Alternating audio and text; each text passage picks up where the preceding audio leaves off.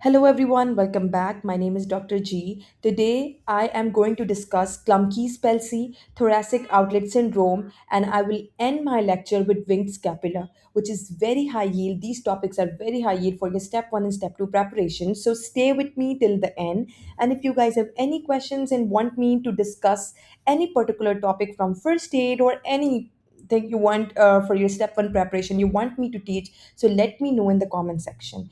Okay, and in the last lecture, we have already started brachial plexus. I have discussed how the brachial plexus is formed. We have talked about upper, middle, and lower trunks. We have talked about axillary and musculocutaneous nerve in detail. Um, I went through Erb's palsy in detail in my last lecture, so you guys can go and check out that lecture as well, which is very high yield. Now, we'll start with the Klumpke's Palsy, but before that, you should know that C5. I'm repeating things again and again for your better memorization. So always remember how the brachial plexus is formed. Nerve root C5 to T1 forms brachial plexus. C5 C6 forms upper trunk. C7 forms middle trunk. C8 T1 forms lower trunk. Okay, now let's talk about the definition of Klumpke's palsy. What happens, how the Klumpke's palsy, what you should know about Klumpke's palsy. First is the definition. The definition is there whenever there is injury to the lower trunk of the brachial plexus is Klumpke's palsy, and lower trunk C8T1 forms lower trunk. Okay, and remember brachial plexus is formed by C5 to T1, and the lower trunk is formed by C8 and T1 nerve roots. Okay, what are the common causes of Klumpke's palsy? You should know the causes in infants and in adults. The first is whenever there is upward traction on the arm. For adults, whenever there is upward traction on the arm, example, like grabbing something during a fall to prevent a fall. Like in adults trauma, grabbing a tree branch to break a fall. Okay, whenever there is upward traction on the arm, example, we grab something during a fall, it can cause traction or tear on the lower trunk of the brachial plexus, which is CAT1. Okay, for infants you should know, like birth injury, like breech delivery, when we cause upward force on the arm during delivery. When there is a breech delivery and we do upward traction, upward force on arm during delivery, um, forceful delivery can cause Klumpke's palsy as well. Thoracic outlet compression, we'll talk about thoracic outlet syndrome, but compression of the lower trunk, um, thoracic outlet compression can also cause Klumpke's palsy, and Panco's tumor, which is the tumor of lung apex, can also cause tear or traction of the lower trunk of the brachial plexus CAT1. So these are the causes of Klumpke's palsy you should remember for your step 1 preparation. Okay, now what are the muscle deficits? What would be the clinical features on patients with Klumpke's palsy, and how would you differentiate Klumpke's palsy from Erb's palsy? Okay, so first you should know claw hand. Okay, for Erb's palsy, I told you to remember Vater's tip. For Klumpke's palsy, I would emphasize to remember the word claw hand, Klumpke's claw hand. Okay, so for claw hand, why? Because there, how the hand is formed.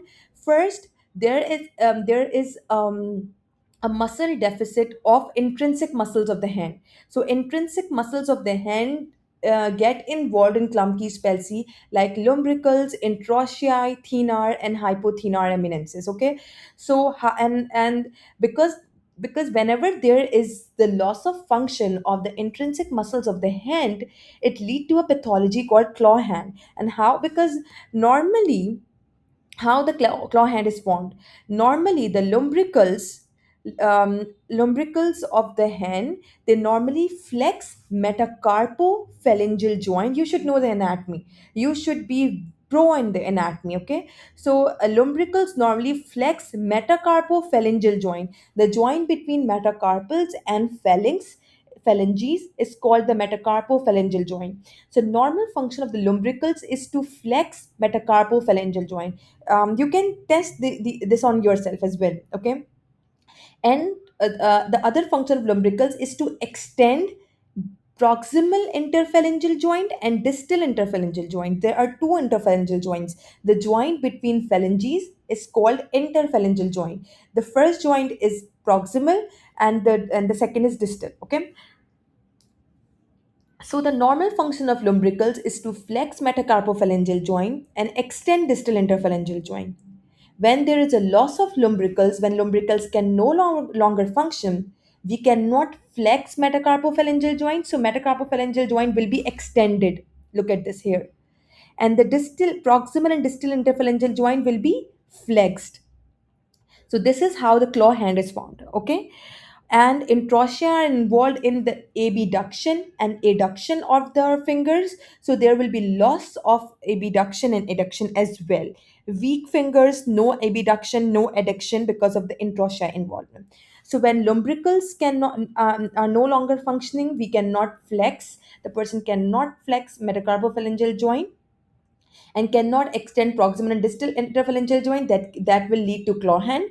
When the introssia is not functioning, lead to weak fingers, no abduction and no adduction. Okay. And there is flat thenar and hypothenar eminences. Okay, usually they are not flat, they are prominent. So thenar and hypothenar eminences will be flat as well.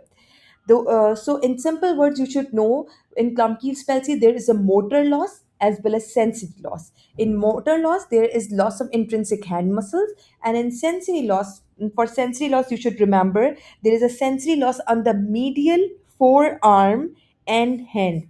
Medial forearm and hand. Okay. For Erb's palsy, I remember we have talked about how there will be a sensory loss on the deltoid or on the shoulder and on the lateral forearm. Okay, so for Klumpke's palsy, always remember there is a sensory loss on the medial forearm and hand. Okay, now before we jump into thoracic outlet syndrome, I want to discuss a differentiating point you should know for Erb's palsy and Klumpke's palsy. So for Erb's palsy, the nerve root is C5, C6. For Klumpke's, C8, T1. The pathology you should know for Erb's palsy is Vater's tip. For Klumpke's palsy, always remember claw hand. For Erb's palsy, there is a shoulder injury. Usually deltoids are involved. Supraspinatus are involved. Biceps are involved. And for Klumpke's, you should remember hand injury mostly. Okay. Now let's talk about thoracic outlet syndrome. For thoracic outlet syndrome, always remember there is a compression of lower trunk. Lower trunk is CAT1. We have talked about lower trunk already. So for how the thoracic outlet syndrome is different from Klumpke's palsy. This is, if you know that, you can easily answer your questions correct. Okay, so what is thoracic outlet syndrome? There is a compression of structures between clavicle and first rib and scalene muscles. In simple words, there is a compression of structures within the scalene triangle.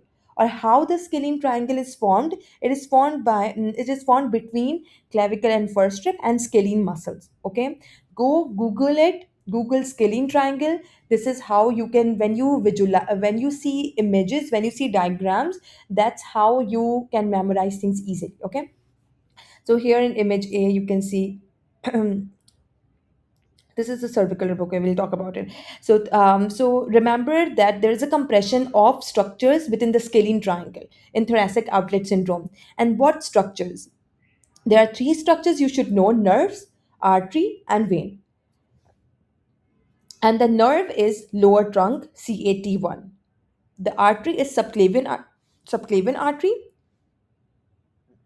and the vein is subclavian vein. Sorry. So always so this is so how you would differentiate Klumpke's palsy from thoracic outlet syndrome? In Klumpke's palsy, there is traction or tear of the lower trunk of the brachial plexus, CAT1. In thoracic outlet syndrome, with lower trunk, you will add vessels. Compression of the lower trunk plus subclavian vessels is thoracic outlet syndrome. Or traction or tear of the lower trunk is Klumpke's palsy. So whenever there is only nerves, or whenever there is involvement of the lower trunk only, is Klumpke's. When with the nerve you see the vessels are involved, like subclavian vessels are involved, this is thoracic outlet syndrome. Okay. Now, what are the causes of thoracic outlet syndrome? First, you should know cervical rib. Usually, we don't have cervical rib. Some people do have cervical rib, and cervical rib can compress lower trunk and subclavian vessels and can cause thoracic outlet syndrome. Look at this. Is the cervical rib. Okay, here. So cervical rib is not a normal thing. Cervical rib is an extra rib coming from the cervical vertebra. So whenever if someone has a cervical rib, it increases the risk of thoracic outlet syndrome.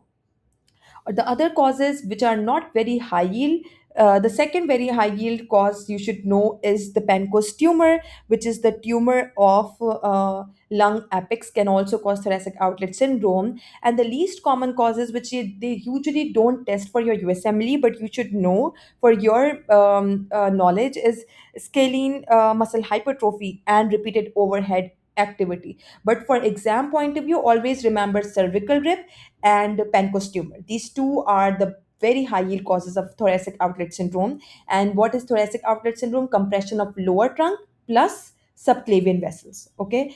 And the muscle deficit would be same as Klumpke's palsy. Why? Because the same lower trunk is involved. Loss of intrinsic hand muscles, claw hand, always remember. Okay. So atrophy of the intrinsic hand muscles. Along with that, there would be ischemia, pain, and edema due to vascular compression. Okay. So the clinical features used for thoracic outlet syndrome, you should remember, is hand weakness, claw hand, numbness of the hand because of the involvement of C8T1 nerve roots, and also cold, pale arm and decreased pulses, decreased radial pulses because of the arterial compression, because of subclavian vascular compression. Okay. Now, how would we diagnose thoracic outlet syndrome? We can do chest x-ray. When we'll do the chest x-ray, and if we are suspecting cervical rib is the cause of thoracic outlet syndrome, then we can do the chest x-ray, and the chest x-ray, look at this chest x-ray, and chest x-ray can show a cervical rib. And also not very high, but for exam point of view, but we can also do Edson test, which is decreased radial plus pulses with neck rotation. With neck rotation, subclavian vessels get compressed, and that lead to decreased radial pulses. Okay. There is one question scenario I really want to discuss, so you can make image of how the questions come in your exam. So if the question scenario is a newborn delivered in breech presentation develops weakness of hand muscles, clawing of fingers, and ipsilateral ptosis. Which nerve roots are affected? It's very very easy. A newborn delivered in breech presentation, okay. Weakness of the hand muscles, buzzword, okay. Clawing of the fingers, clawing means claw hand, and ipsilateral ptosis. We'll not discuss about the ipsilateral ptosis, but which nerve roots are affected? The nerve root C8T1 lower trunk, okay. Okay. Now let's talk about winged scapula, the last topic of today's lecture. Wing scapula, whenever there is injury or lesion of the long thoracic nerve roots, long thoracic nerve, and how the long thoracic nerve is formed by C5, C6, C7. Okay, let's go here. This is the long thoracic nerve.